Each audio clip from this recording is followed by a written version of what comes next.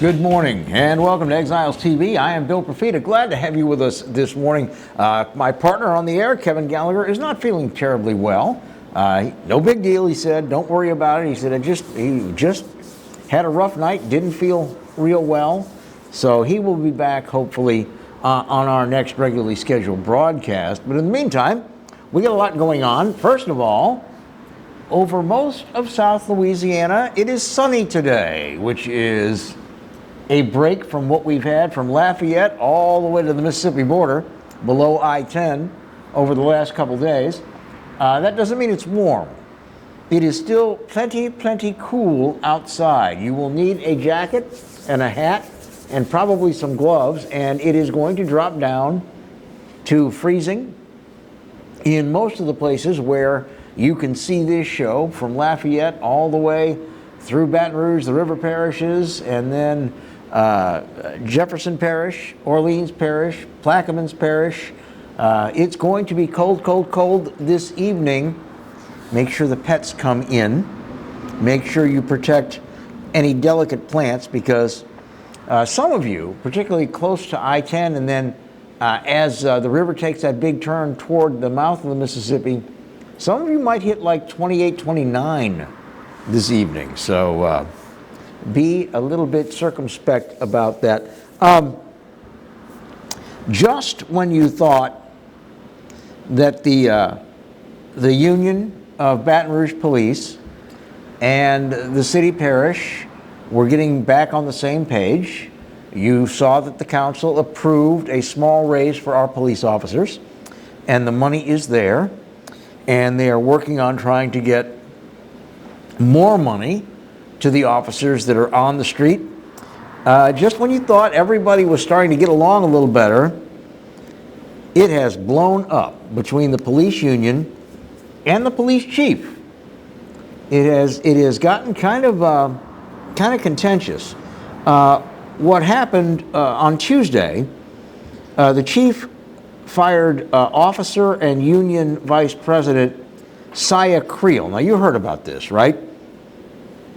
According to documents from BRPD, Officer Creel was terminated after an internal affairs review. Now, last summer, Officer Creel gave an interview on behalf of the union for a YouTube channel about some billboards that the union paid for all over Baton Rouge that popped up, and they were critical of Chief Paul, the city's high murder rate, and it had a warning for motorists that said, enter the city at your own risk. They were very strong. They caught a lot of attention. They caught a lot of heat. And apparently, they caught the attention of Internal Affairs and the chief. The chief said in his statement, in the paperwork firing Officer Creel, that he failed to comply, quote, with policy, procedure, and departmental regulations. His paperwork says he was terminated because he did not receive, quote, proper authorization from the chief or the Baton Rouge PD Public Relations Division to participate in an interview that would lead the general public to believe that you were representing BRPD.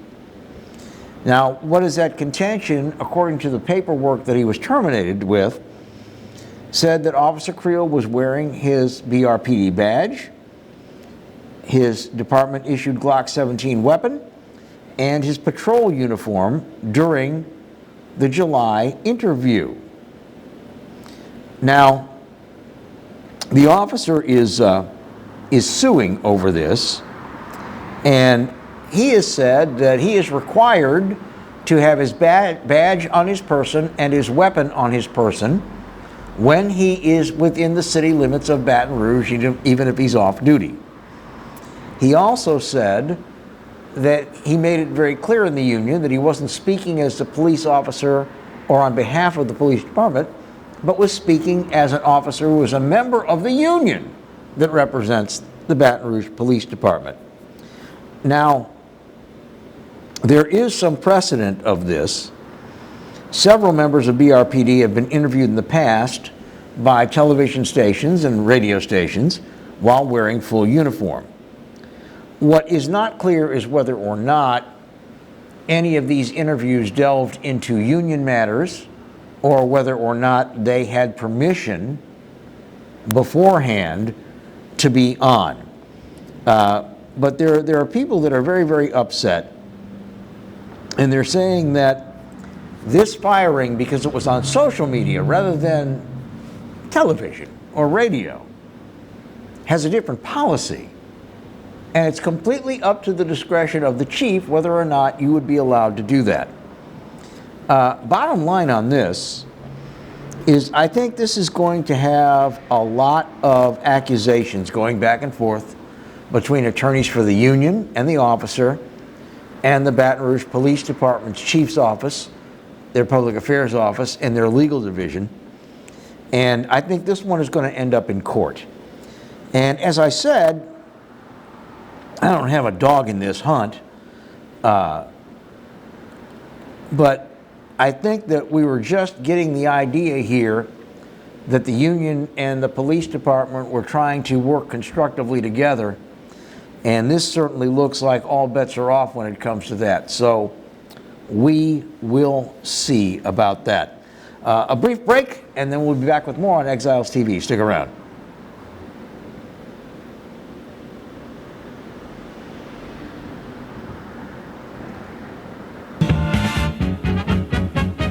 Hi, Dan.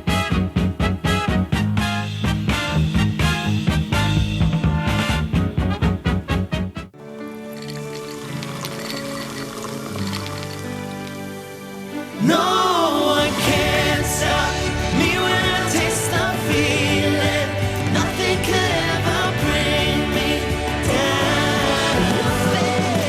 Nothing could ever bring me down.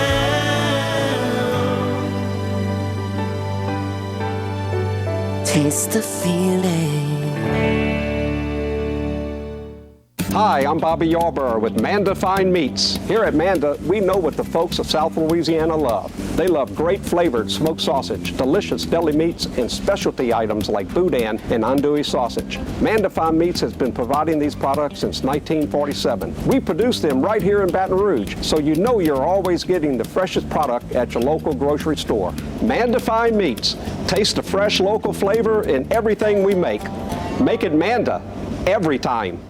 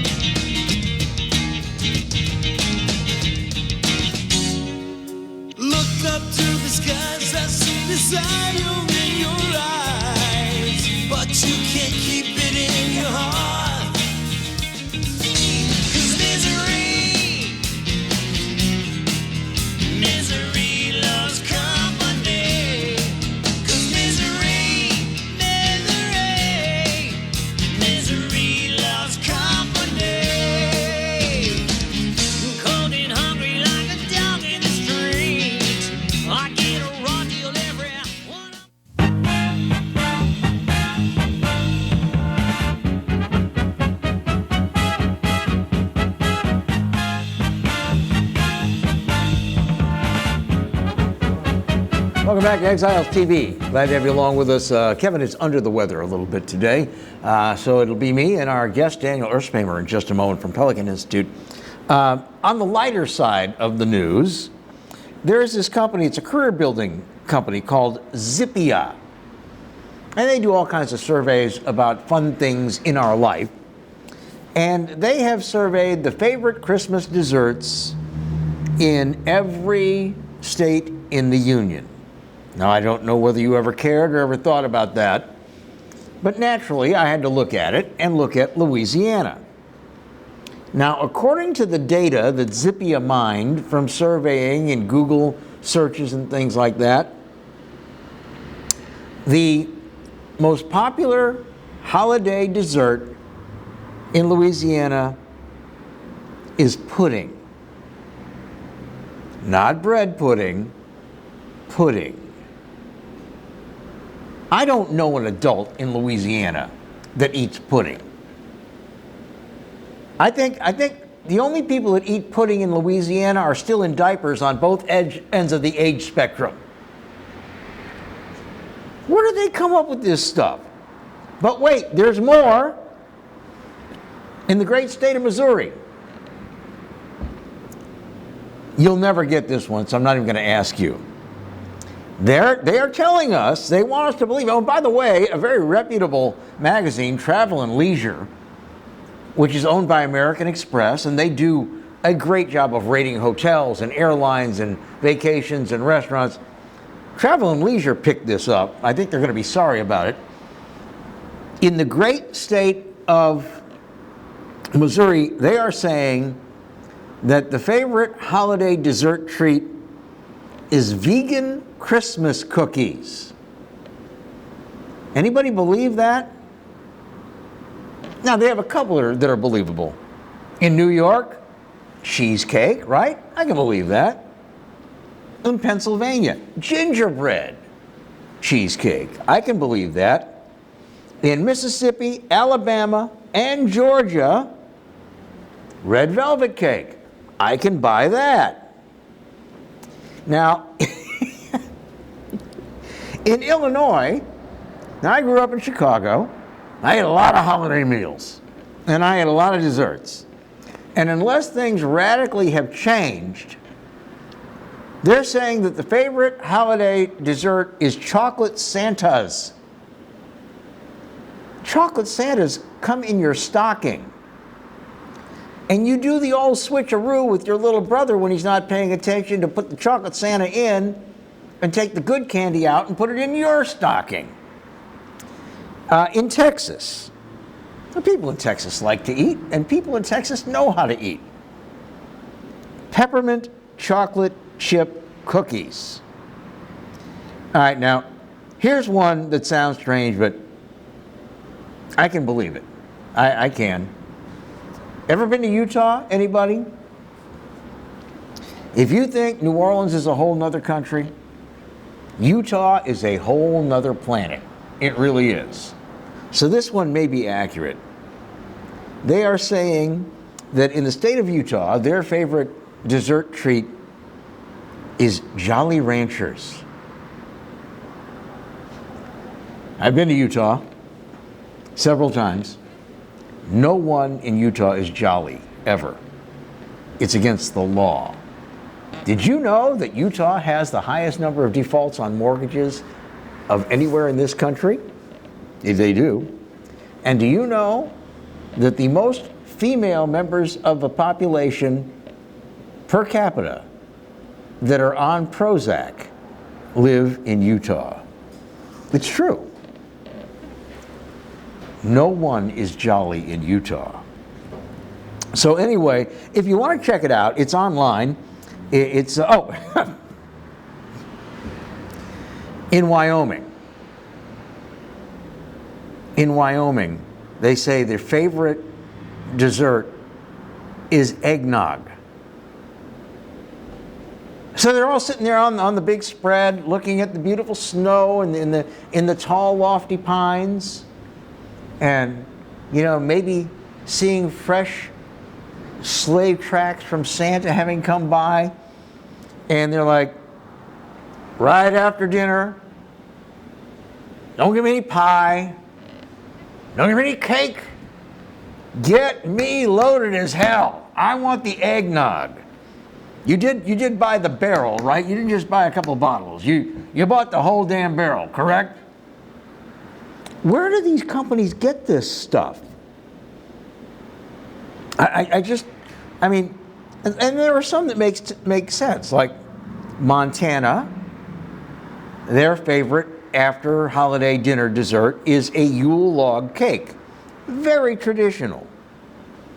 In Arizona, where there is absolutely no need for this, unless you're out in the high desert in the middle of the night, they're saying that their favorite after holiday dinner dessert is hot chocolate. Liquid dessert, really? anyway, I thought you might find that interesting. And if any of you in Louisiana know of people who do like pudding as their primary dessert after, say, the Thanksgiving meal or the Christmas Eve meal or the Christmas Day meal or the New Year's Eve meal or the New Year's Day meal in the holiday season, or for those of you who are Jewish, during Hanukkah, if you know anybody that likes pudding, drop me a line, bill@exilestv.com. I'm betting I am not going to get one single piece of email on this one. There is nobody, unless they're under 2 or over 90 in this state, that voluntarily eats plain pudding. So, what is the name of this company? What is it? Zippia. Zippia. Yowzer.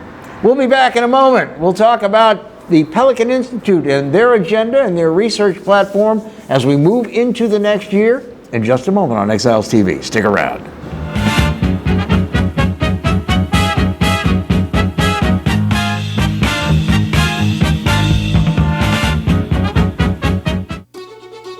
Live and play on the fairway at Greystone Golf and Country Club, a serene, challenging golf destination located in Denham Springs. For tee times and membership opportunities, go to greystonecountryclub.com.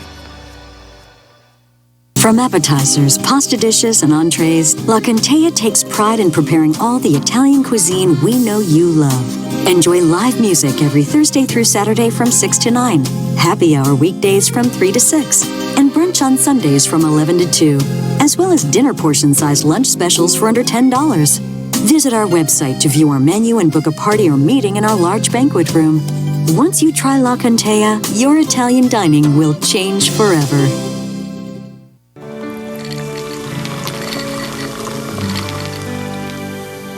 No one can stop me when I taste the feeling. Nothing could ever bring me down.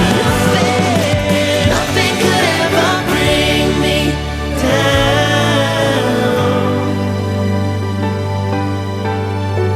Taste the feeling.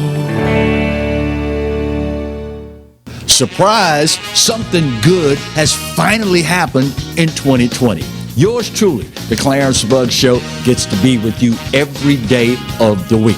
That's right, 11 to 12 every weekday. And of course, the Exiles right in front of yours truly from 10 to 11, yours truly 11 to 12. So now it's appointment viewing.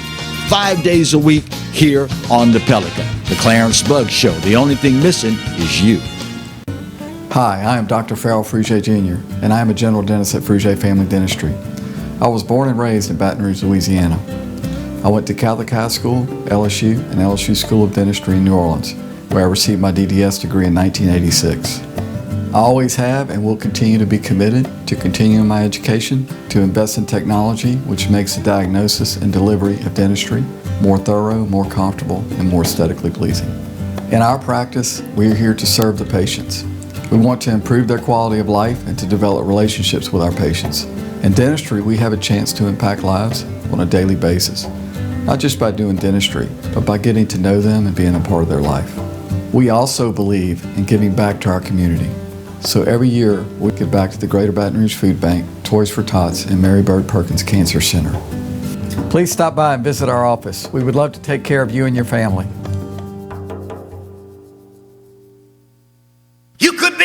Right now, during the Team Honda Upgrade event, get a new 20 Accord Sport for just $309 a month with no money down, no first payment, and no security deposit. It's time to upgrade to your new Honda at Louisiana's #1 new car dealer, Team Honda on Segan Lane.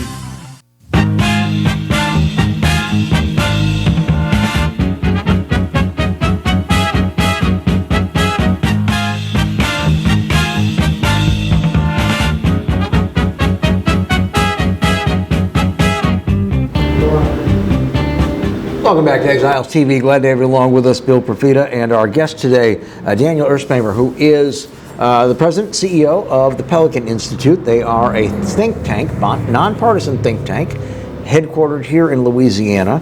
They have weighed in for us in the past on items like constitutional amendments and tax proposals and things of that nature.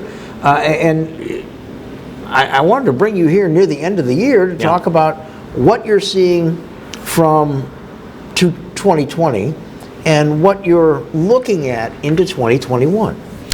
Well, it's great to be with you. I feel like I'm sitting in somebody else's chair you're here. in the prince's chair there. Yeah. Hope our buddy gets better soon, but glad to be with you. Look, 2020 has been a crazy year for everyone on every level and everything. And that said, the legislature here in Louisiana did some really good things in 2020.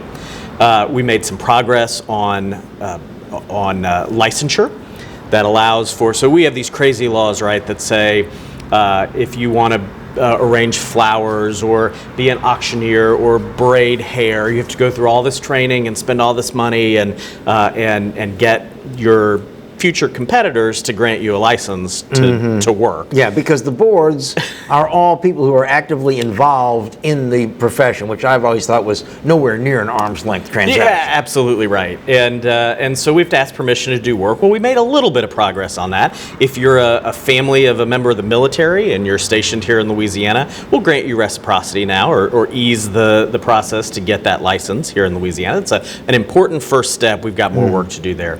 Made some progress on an important issue, especially in 2020, on broadband. We have a deficit really in people who can access broadband, high-speed internet. In big holes. Big holes, especially in rural areas, of course.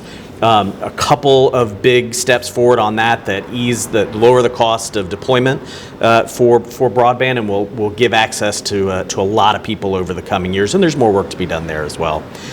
Some progress as well, of course, on legal reform. We're trying to make first steps to make a fairer playing field in lawsuits and try to curb lawsuit abuse, which is one of the things that's driving jobs out of the state. So I would say it wasn't a banner, but a pretty good series of steps forward that made it through the legislature in 2020. Let me ask you about one that was put on the runoff ballot, the constitutional amendment that would allow the governor to appoint people who had no affiliation with the boards of supervisors of these universities in our state or even live here to their boards of supervisors.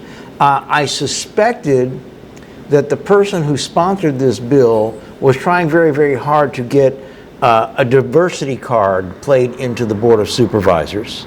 I don't know that to be a fact. I don't know that that's necessarily sinister, but a lot of us kind of felt a little funny about it. It was an odd process. One of these amendments that didn't get a lot of discussion. And just about everyone I talked to asked the very same question or some version of it. Who are they trying to get on the board?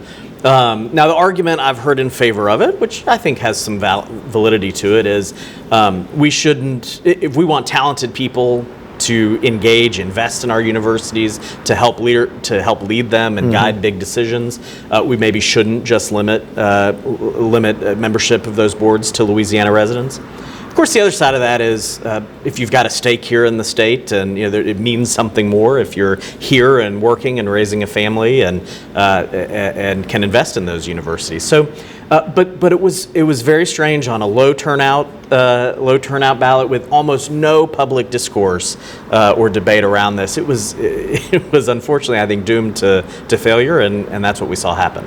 Well, I think one of the things that a lot of people worried about was originally, and I'm not sure if it was 5 years, 6 years ago, they put the same thing up, and it was called the Lod-Cook Amendment. Right. With good reason. Lod-Cook, of course, former chair and CEO of Atlantic Richfield Corporation, who was educated at LSU. Right.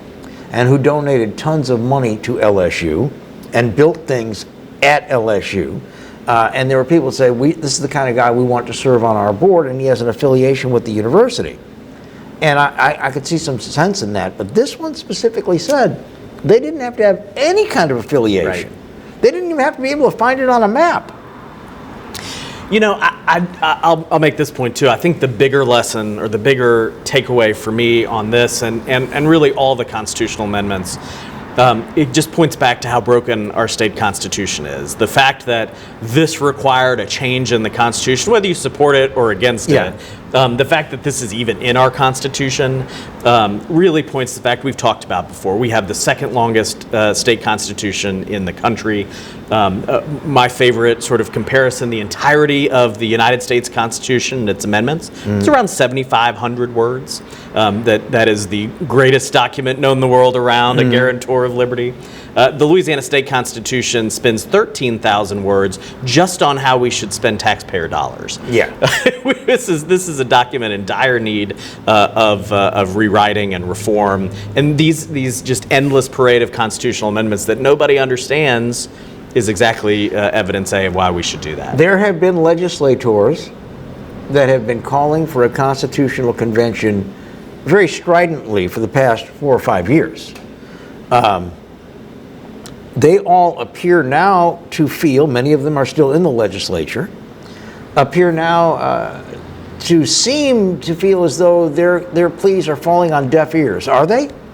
Well, our ears are certainly not deaf. However, the governor has indicated that he does not support calling a constitutional convention. That certainly puts a damper. But it's not solely his call. It is absolutely. In fact, there's some argument that the legislature can do this without the governor's approval.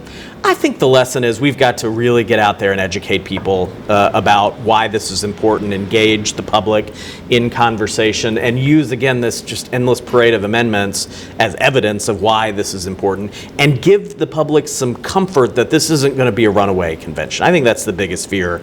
You'll open this document up and lots of crazy things will happen. There are plenty of safeguards against that. The public is going to get to vote at the end of a convention whether to adopt it or not. It has to be done. We've got to win the public's support on this, and then I think those lawmakers will come back around to us. Aside from that, the next legislative session is a fiscal session. It is. Or as we call it in the media world, the hang on to your wallet with both hands session. That's right. I mean, are we going to add, another 500,000 people to the Medicaid rolls? Are we going to try to shoot the big job creators in the foot? Or are we going to be a little fiscally responsible this time? What's your feeling? Well, I certainly hope we're going to be more fiscally responsible. Here's, I think, the key message that the public and lawmakers all need to hear. This legislative session needs to be about Louisiana's renewal. We've gone through tragedy, we've gone through a pandemic and the resulting economic shutdowns. We have tens of thousands of people out of work. We have people leaving the state. Meanwhile, we're against a backdrop of entrepreneurs and companies and jobs leaving states like New York and California and Illinois. Where are they going? Texas, Tennessee, Florida. They're not even looking at Louisiana. They're driving right by us. Right on by. They might stop in for some gumbo, and then they're on their way. That is within our power to change. Think about it. People come to Louisiana on purpose all the time to visit, to start families. We have a great cost of living, a great culture and music and food and everything else. What stands in our way from job creators is a Byzantine tax code, a regulatory environment that's unpredictable and punishing, and similarly, a legal environment that says if you are successful in this state, we're certainly going to sue you. Yes, we're going to sue you. So these are all things the legislature can fix, and frankly, they can fix most of them this year.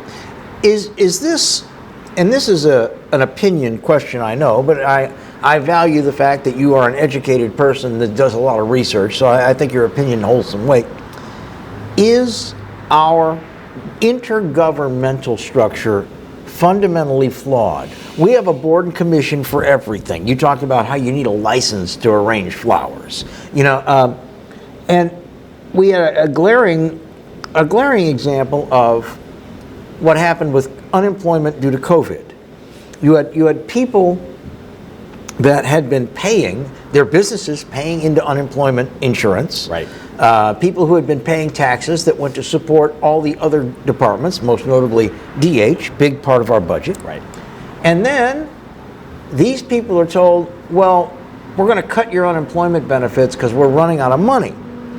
Now, it occurred to me, and I talked to a couple members of the legislature at the time, and said, DH is not spending any money because all non-emergency procedures were completely canceled. Right. And the feds were picking up the cost of Medicaid patients for COVID treatment if it were happening. So why don't you transfer some of that money out that is not being spent and shore up the taxpayers who have been paying into it? And they all said, we don't know if we can do that. So my next question is, why don't you know that? That's right. You're in charge of the money. Why don't you know that? So are we fundamentally flawed?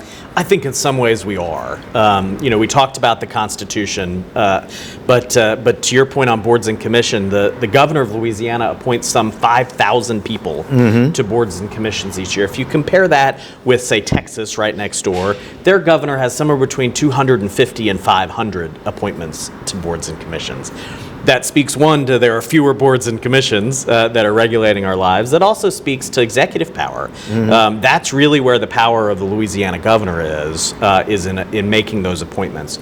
And the challenge we've had is we have just deferred to the administrative state. We've deferred to the bureaucracy to do all the rulemaking. The legislature has all too often delegated that responsibility, and it's something we need to get back. So to balance of powers, to structure of government, to reducing the size and scope of government, all of those things are important, and we've got our work cut out for us. Well, I got an object lesson about 12 days ago.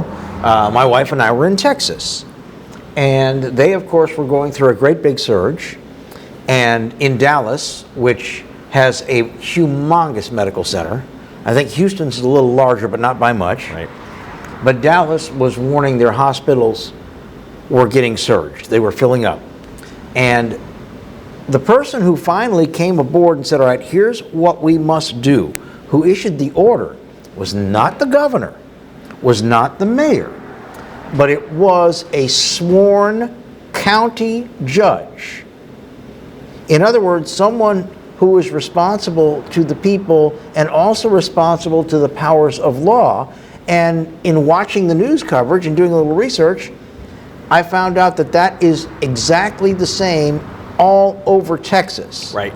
That you don't have, is it Greg Abbott, the governor there? That's right. You don't have him saying, well, in El Paso, you're okay, but in Houston, you're not. It is local people who have an obligation as part of their mantle of authority to be the chief public health officer. And we are nowhere near that here. No, at the state or local level, to be sure. We're going to take a brief break. We'll be back with Daniel Erspamer of the Pelican Institute. Why don't you stick around? We'll be back in a moment on Exiles TV.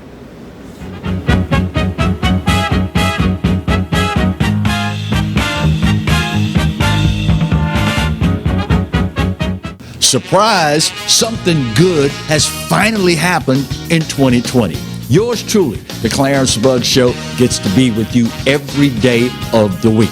That's right, 11 to 12 every weekday. And of course, the Exiles right in front of yours truly from 10 to 11, yours truly 11 to 12. So now it's appointment viewing. 5 days a week here on the Pelican. The Clarence Bugg Show. The only thing missing is you. Bolello's Furniture and Appliances, your dependable independent.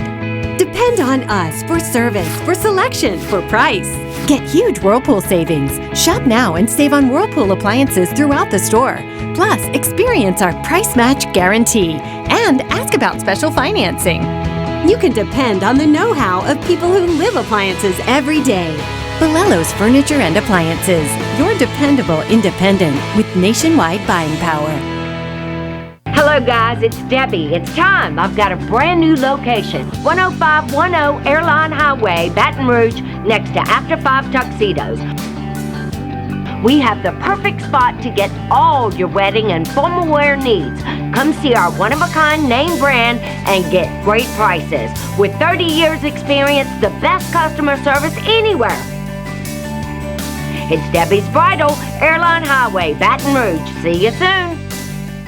Hi, I'm Hurricane Betsy Barnes. And I'm Dr. Kay Siller with the Rocket Right Show. We are two busy blondes on the go showing off life in Louisiana. Watch us on Pelican Sports Network.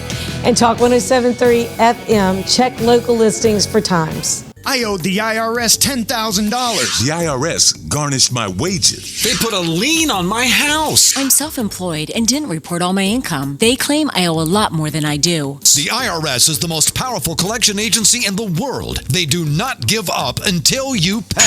I couldn't sleep. We were being audited. I called Tax Solutions Now, and a great big weight was lifted off my shoulders. I called Tax Solutions Now, and they got the IRS off my back. Tax Solutions Now had my wage garnishment lifted in 48 hours. Tax Solutions Now can get you help. Our agents know the rules, can stop the pain, and get you the best deal. Tax Solutions Now saved my business. I qualified for the Fresh Start program. I paid less than I owed. We connect you with a team of former IRS agents and tax professionals who get the IRS off your back. Time is running out. Call Tax Solutions now. Call 800-778-4345. 800-778-4345.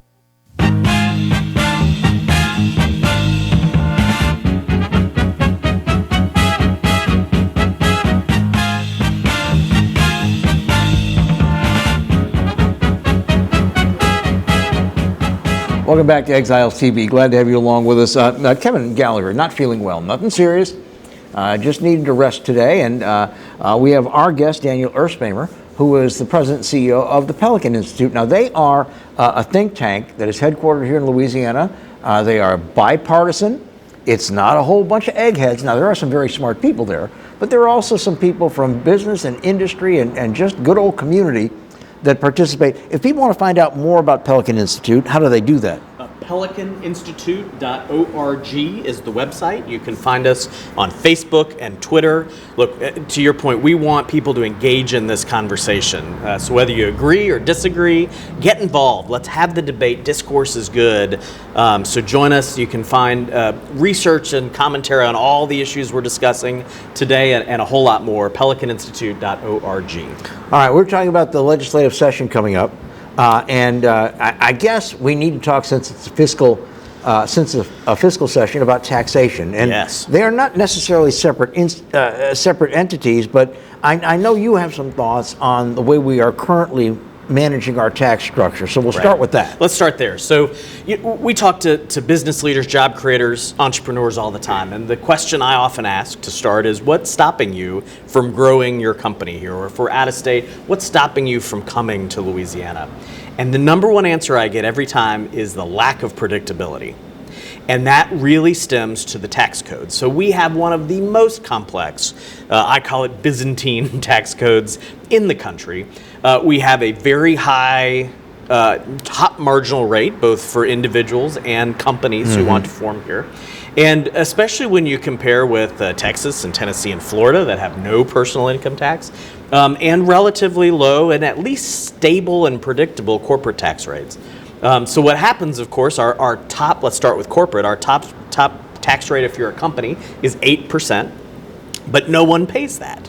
At least no one who can afford a lobbyist and a lawyer and an accountant. In our tax code, we have about 435 pages of carve-out, deduction, preferences. Exemptions. That's right. All of which, to be fair, were pursued logically. They said the taxes are too high, the tax code is broken. Instead of fixing the problem, though, we just put little Band-Aids. Everyone who could afford to got their carve-out, got their, and I get it. If we're going to change the state for the future, we need to make it a fair, predictable playing field for everyone to come. And I don't say that to malign the businesses who take advantage of exemptions, and they should. That's their job. But we've got to make it a fair playing field for everyone. Is a flat rate on anybody's radar? Because particularly for corporations and individuals, if you knew, as you put it, if it were predictable, if you know you're going to pay as an individual 3% top line, we're going to split the brackets, okay? 3%, and if you're a corporation, you're going to pay 5% top line, and think of all the overhead and paperwork that you are eliminating as a business. I would think most businesses would jump at that. They would. I think the biggest hurdle between here and there is a lack of trust that the legislature will actually do what it says it will do and eliminate the deductions but lower the rate. The plan we have put forward would put both the corporate and personal income tax rates somewhere between 3 and 4%, depending on what decisions you made on different deductions. The biggest thing is removing, and I know this is going to sound unpopular, removing the deduction for federal taxes paid. What we can do if we do that is make the rate lower, flat, and predictable. The other thing it does from a policy perspective is it untangles Louisiana's taxes from the federal government. When the Trump tax cut came into effect, what the net result for Louisiana taxpayers was a tax increase on local taxes. Individuals, by the way, as well as businesses. That's right, to the tune of about $350 million. And in other states where this is the case, the legislatures rushed in to give the money back to taxpayers. Here in Louisiana, we said, oh, please don't take it away. We need this money. So this is an important reform to make sure, again, more predictability, and we're less tied to the federal tax code. The next 4 to 8 years, I don't think we know what's going to happen on the tax front. That could have a negative impact for everyone. Are we always sitting on the edge of a fiscal cliff, as they would want us to believe? Well, no. In some ways, yes, but that has a lot to do with the structure of the budget. And one of the measures that passed the legislature failed on the ballot. We're not done yet. A complex and confusingly worded ballot, Amendment 4, we talked about this on the lot, show, yes. would have constrained the growth of the budget to some formula of population, inflation, and economic growth. Which would have given us, again, a far more predictable budget so that we don't have these lurches from one budget year to the next.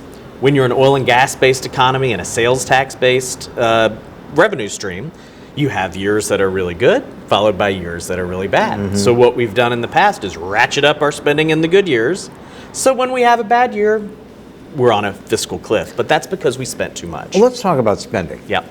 We have an unbelievable number of people that are on taxpayer-paid public assistance. We are the highest percentage of any state in the nation. Right. It is approaching 50%. I think it's like 42%, rounding up a little bit, of our people receive some sort of taxpayer-funded public assistance. Is that something in the budget that can be politically valuable to some people, but other people think it needs to be examined? Oh, absolutely. Medicaid expansion is Exhibit A of this. We took a Medicaid system that was already overrun, that was not serving patients as well as one would hope, and that was already very expensive. And we added tens of thousands of able-bodied working adults to the Medicaid rolls, making it more difficult to find a doctor, more expensive for the state, and less good medical care. And yet, this is something for politicians to be able to go and say, oh, I gave health care to lots of people around Louisiana. Substandard health care, in many cases, taking them off of private health care roles from employer roles and moving them onto government assistance. And our systems are designed poorly, unfortunately, to trap people in the system. As you make more money in your private life, you reduce, in some cases very dramatically, the benefits you can get from public assistance. So what that says to a rational person is, let me stay where I am and not continue to work. Certainly, there's a disincentive. And again, I also feel, particularly when it comes to Medicaid, and I know that we rely on that federal match because it is the biggest part of our state budget. That's right. And we want those billions of dollars coming in, so we have to put the billions of dollars up. And you get assistance from our own Department of Revenue because they will not let the auditors look at the individual tax returns, which in every other state and territory is the determinant of whether or not I pay for your health care. If you make above this number, go on out and get your insurance. I don't pay for it. That's right. Well, and we found, even just in limited looking, that we found people who made over $100,000 who were receiving benefits. In fact, we found a handful of folks that made more than the governor who were receiving Medicaid benefits.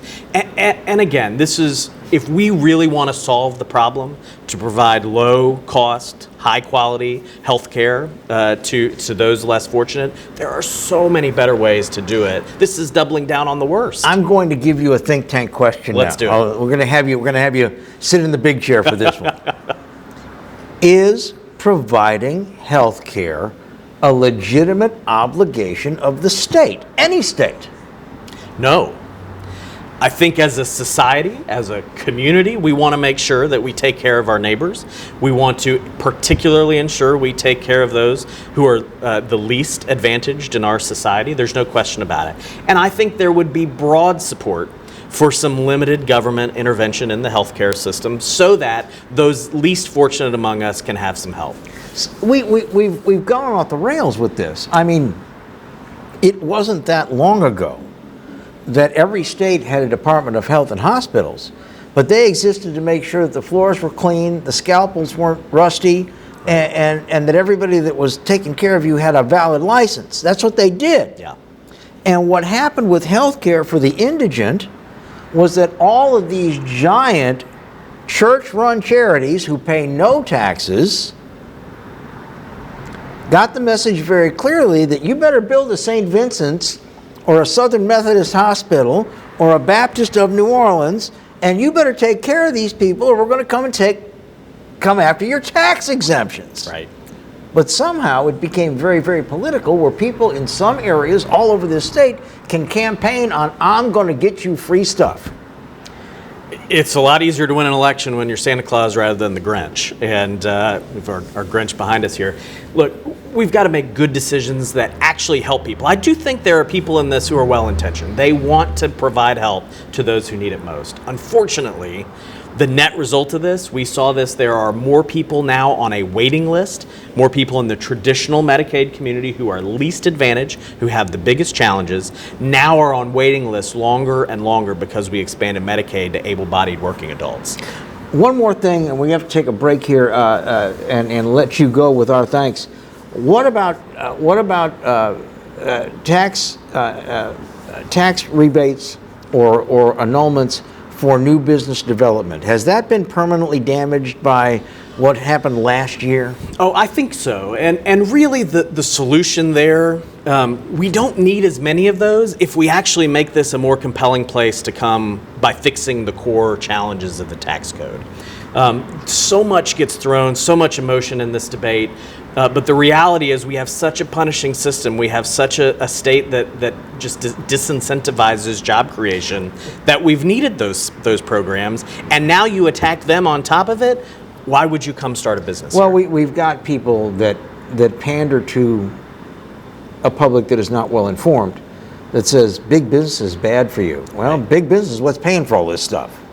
Yeah, big business along with emerging technologies and entrepreneurs, and those are the people creating jobs, small business even as well. We're going to punish all those people because of an emotional argument. We've got to fix the overall system. That'll solve the bigger problems. Daniel, I appreciate you as always. For you and your family and everybody over at Pelican, we want to wish you very, very happy holidays. And we're going to get you back right after the first of the year to do a little more forward looking since we have 4 months before the session starts. Great. I look forward to it.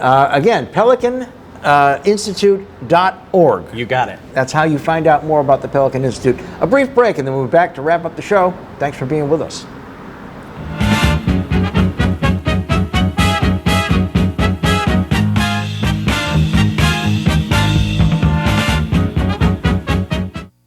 Caught spiders?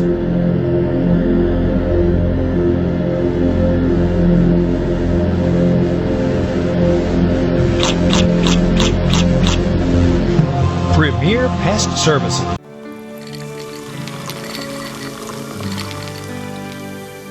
No one can stop me when I taste the feeling. Nothing could ever bring me down. Nothing could ever bring me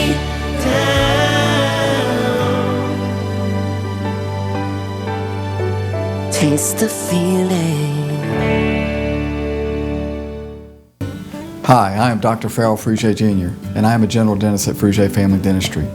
I was born and raised in Baton Rouge, Louisiana. I went to Catholic High School, LSU, and LSU School of Dentistry in New Orleans, where I received my DDS degree in 1986. I always have and will continue to be committed to continuing my education, to invest in technology which makes the diagnosis and delivery of dentistry more thorough, more comfortable, and more aesthetically pleasing. In our practice, we are here to serve the patients. We want to improve their quality of life and to develop relationships with our patients. In dentistry, we have a chance to impact lives on a daily basis, not just by doing dentistry, but by getting to know them and being a part of their life. We also believe in giving back to our community. So every year, we give back to the Greater Baton Rouge Food Bank, Toys for Tots, and Mary Bird Perkins Cancer Center. Please stop by and visit our office. We would love to take care of you and your family.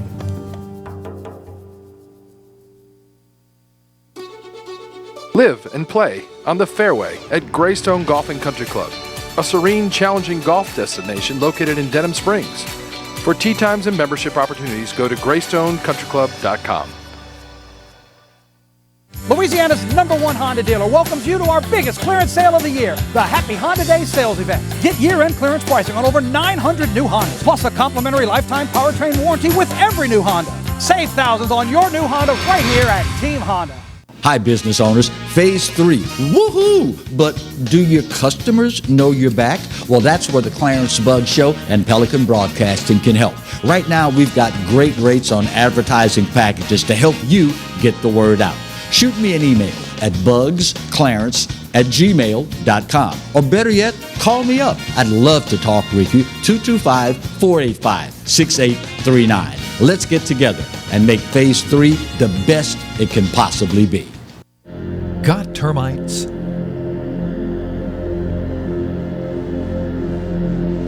Get Premier Pest. PremierPestServices.com.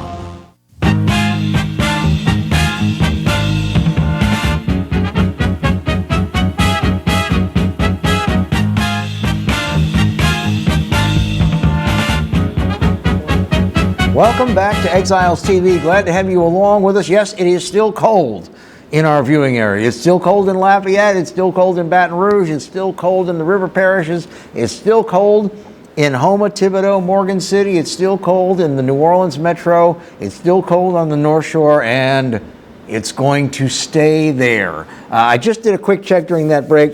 What you are experiencing now may be your high temperature for the day. And once again, we're going to have a light freeze in the overnight hours.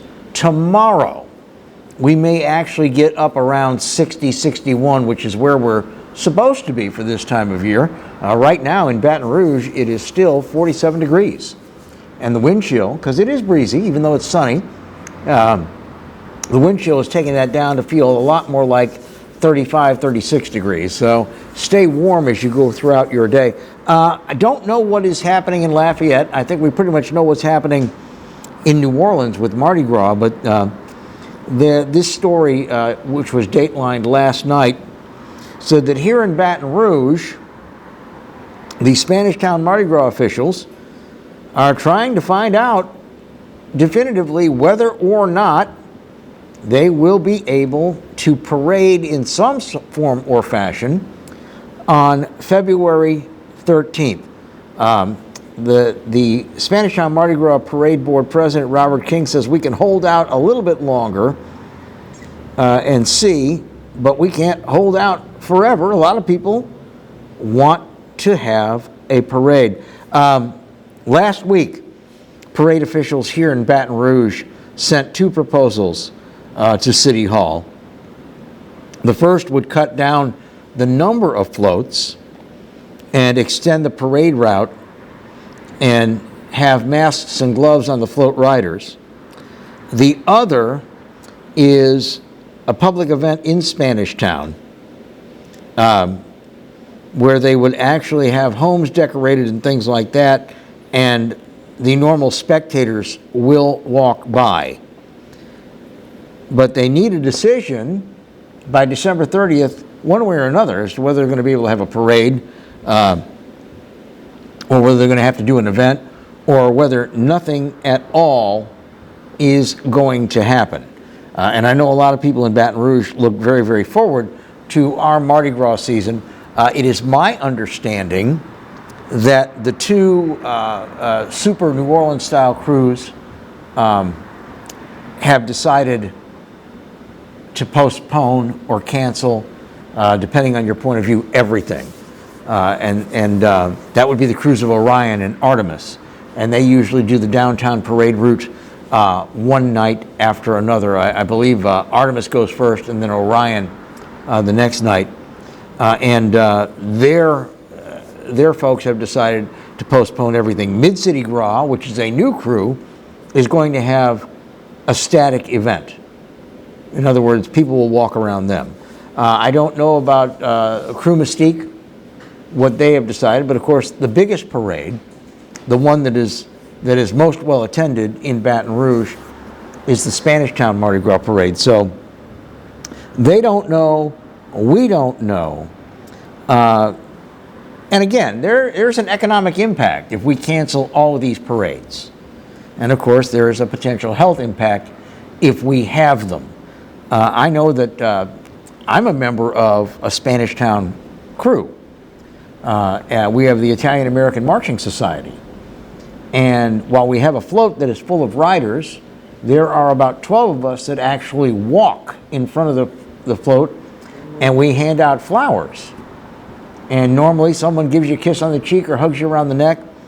And I am amazed that after doing that last year, none of us got COVID. I am absolutely amazed. But we shall see what we shall see. I want to remind you that you can watch again at 10 o'clock tonight. You can always watch online. We stream on YouTube by about 1 o'clock in the afternoon. And of course, you can also go to pelicanbroadcasting.com. Clarence Buggs coming up in just a matter of a couple minutes. He will take you through the next hour with lots of news and information.